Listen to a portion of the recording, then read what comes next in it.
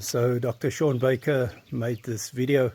Listen to what he has to say on ketosis and recovery. If you suffer from inflammation or in any healing process, especially of the nerves and especially of the joints and muscle as well, listen to what he has to say about ketosis. All right, good morning. As many of you guys know, I've been doing a carnivore diet for the last now going on, well, soon to be 8 years, and I've been what I feel has been in great health, no issues, no health issues, no challenges, and that diet has been basically just lots of meat. Sometimes I'll add some dairy, sometimes some eggs, things like that.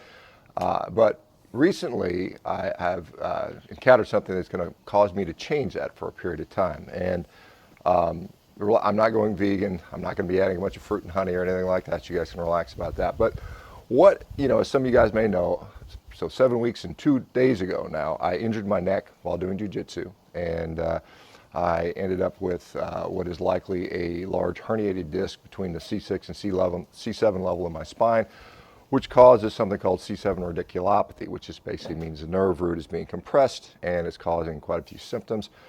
For me, that means, my index and my middle finger are completely numb. They've been pretty much numb the entire time for 7 weeks now.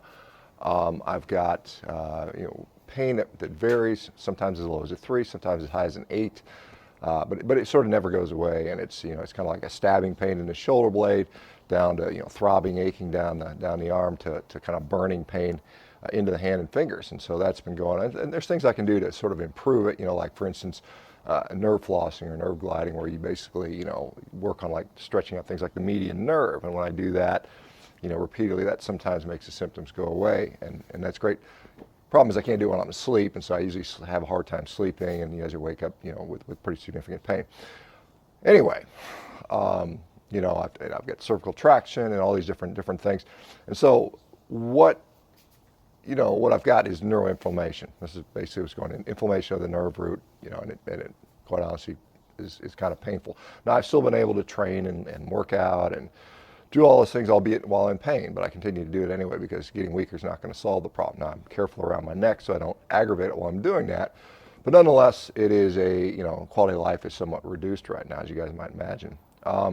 So here's the change I'm going to be making. So we know, typically I've been doing this diet. I don't care about ketones. I've never worried about that. It's not, and really I don't think I need to, but there is some pretty good data out there on ketogenic diets or ketosis and neuroinflammatory conditions, as this paper here talks about. There's many studies out there that show that ketones can potentially help neuroinflammation. And so in an effort to avoid, hopefully, needing surgery for this, because the surgery for this, depending on the exact size and location of the disc rupture, may result in either a disc replacement or fusion at the neck, or perhaps a decompression from the back. Either way, options I'm not excited about. Certainly you'd rather get through this without surgery, so then I can get back to life and get back to training hard and playing hard like we're supposed to, right? So as a consequence, my dietary shift is going to be away from consuming as much protein and probably more fat-based. In fact, yesterday was my first day. It was basically a fasting day, more or less, with a little bit of fat added in there. And I noticed it's important, as Dr. Sean Baker say, is that you can adjust your diet. And remember, Dr. Sean Baker is 8 years into the carnivore diet, and he's still adapting his way of eating. He's still experimenting, and he's still learning. And this is important. Even myself, after 4 years and 9 months, I am still learning and experimenting. And when I find information that is of value, I will adapt. And Dr. Sean Baker said this from the beginning. What he believes about diet is not set in stone. He's willing to change. If he finds something, if tomorrow he finds out that the carnivore diet is not good for him, he will stop it. But even in his injury, he still go on with the carnivore diet, but he's only adapting the fat more. Maybe a 25% reduction in symptoms, which is a good sign. Now, I still didn't sleep well, or I actually slept pretty well My blood glucose, this is an overnight tracing, so it's very, very low, as would be expected. So things I expect to see. I expect to see very low blood glucose, which makes sense. I expect to lose some weight and lean out because I'm going to be consuming overall less calories, even though it's going to be a higher fat percentage. And then what I hope to see is a reduction in these, this neuroinflammation and the pain, and so I can hopefully avoid surgery and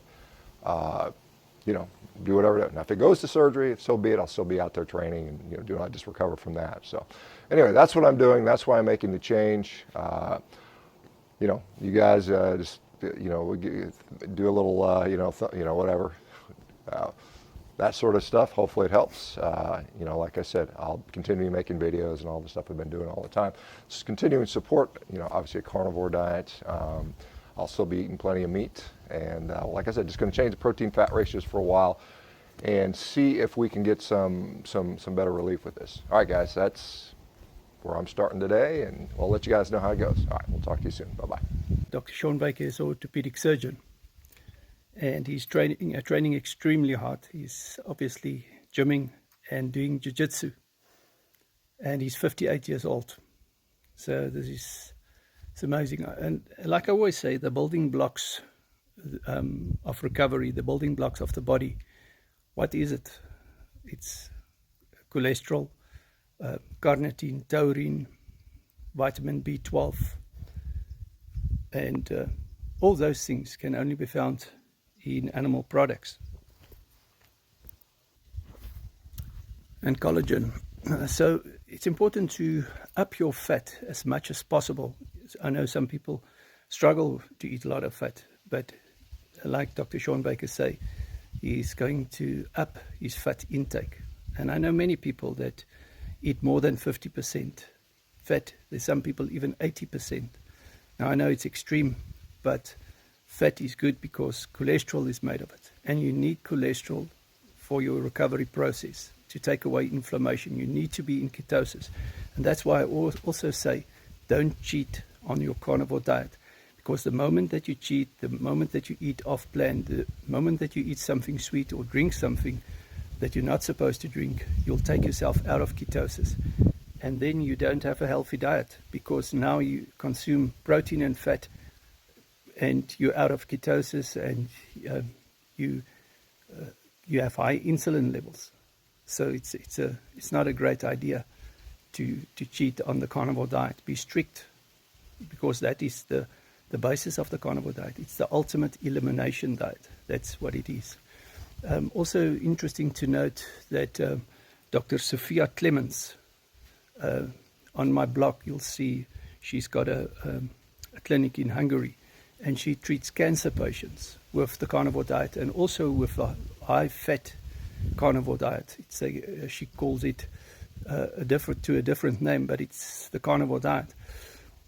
And the interview that I've done with a friend of mine who had cancer, very high-fat diet, carnivore diet that he did. So there's a lot of value in taking inflammation away and giving the body the building blocks that it needs for recovery, especially with the nerves, like Dr. Baker said in that one particular study.